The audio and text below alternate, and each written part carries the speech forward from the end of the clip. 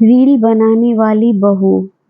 रेशमा अभी अभी कॉलेज से आई थी, तभी उसकी माँ पुष्पा ने कहा, पुष्पा बेटी कैसा रहा तेरा पेपर?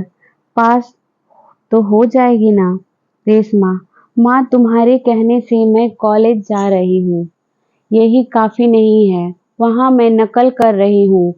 पास हो गई तो ठीक, नहीं तो मुझे तो रील बनाने में मजा आता है। पुष्पा, हे भगवान, फिर से रील?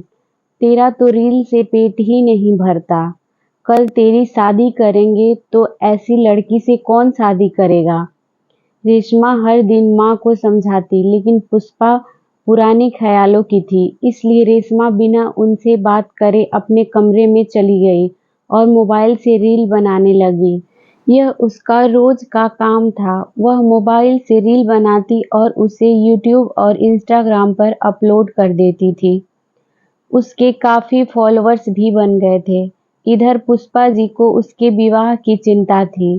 एक दिन पुष्पा ने रेशमा से कहा, पुष्पा बेटी अब शादी कर ले।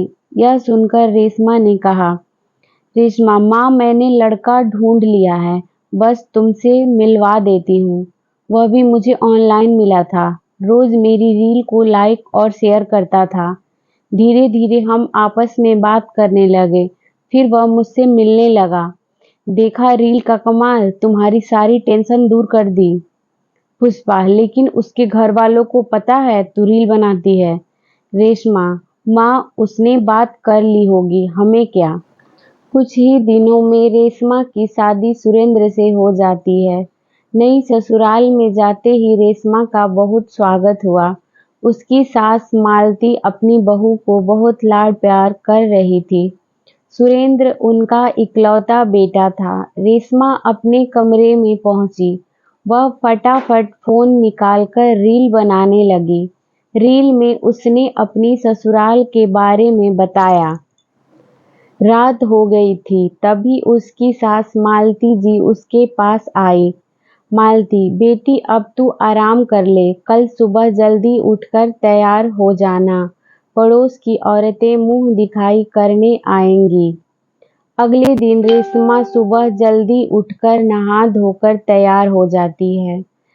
तब जब तक पड़ोस की औरतों के आने का समय होने वाला था, उसने छत पर जाकर 2 रील और बनाकर डाल दी। शाम के 4 बज गए, लेकिन उनके घर एक भी औरत नहीं आई। तब मालती जी पड़ोस में गई। मालती, अरे बिमला, तू मेरी बहू की मुंह दिखाई करने नहीं आई? बिमला, मालती तेरी बहू ने तो पहले ही मुंह दिखाई कर दी। ये देख कितनी रील बनाकर डाल दी उसने। तो तेरा पूरा घर यहीं बैठे दिखा दिया है। बड़ी अच्छी रील बनाने वाली बहू लाई है तू। अपने सुरेंद्र के लिए अब तो पूरा मोहल्ला तेरी बहू को रोज देखेगा। मालती जी को बहुत गुस्सा आया। वह जल्दी से घर आई। मालती, क्यों री बहू, ये क्या पूरे मोहल्ले में हमारी नाक कटवा दी? सुरेंद्र, क्या हुआ माँ, अभी तो रेशमा को आए 1 दिन हुआ है और आप उसे डांटने लगी। मालती, वाह बेटा, पहले दिन ही बहू का गुलाम बन गया। पहले इससे पूछ, इसने रील बनाकर डाल दी, पूरा मोहल्ला पहले ही इसे देख चुका है। अब हमारे घर मुंह दिखाई करने कौन आएगा? रेशमा कमरे में यह सब सुन रही थी। वह बाहर आई और बोली, रेशमा, माँ जी मुझे तो रोज 2 रील डालनी ही होती है। यह तो मैंने पहले ही इनसे कह दिया था। सुरेंद्र, माँ इसी रील से तो हमारी मुलाकात हुई थी। मालती, देख सुरेंद्र, मुझे गुस्सा मत दिला। तू मेरा इकलौता बेटा है, इसलिए मैं लव मैरिज को तैयार हो गई।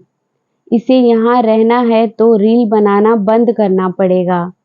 रेशमा, सासू माँ आप जो मर्जी कहें, मैं अपना कैरियर खराब नहीं कर सकती।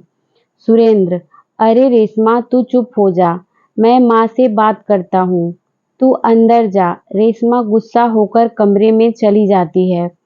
सुरेंद्र माँ को समझाने की कोशिश करता है, लेकिन मालती जी का गुस्सा 7वें आसमान पर था। अगले दिन जब सुरेंद्र सुबह दूध लेने जा रहा था, तो 2 लड़के उसे मिले। पहला लड़का, भाभी की रील कब आएगी? हम तो इंतजार कर रहे हैं। दूसरा लड़का, भाई अब तो घर में नौकर लगा के कब तक दूध लाता रहेगा? भाभी तो लाखों रुपए कमा रही होंगी। सुरेंद्र को बहुत गुस्सा आया। वह गुस्से में घर आ गया और उसने दूध का बर्तन फेंक दिया। रेशमा आवाज सुनकर बाहर आई तो सुरेंद्र ने उसे सारी बात बता दी। रेशमा, आप उनकी बातों पर ध्यान मत दो। तभी मालती जी पीछे से आ गई। उन्होंने सारी बात सुन ली थी। मालती, हाँ बेटा, तू तो बस अपनी पत्नी की सुन। आज मंदिर गई थी, वहां भी बस रेशमा की ही चर्चा हो रही थी। हमें तो अब यह मोहल्ला छोड़ना ही पड़ेगा। रेशमा, माँ जी, आपको कहीं जाने की जरूरत नहीं है। आप चिंता मत कीजिए, मैं सब संभाल लूंगी। मुझे कुछ दिन का समय दे दीजिए। अगले दिन से रेशमा घर का सारा काम करके रील बनाती।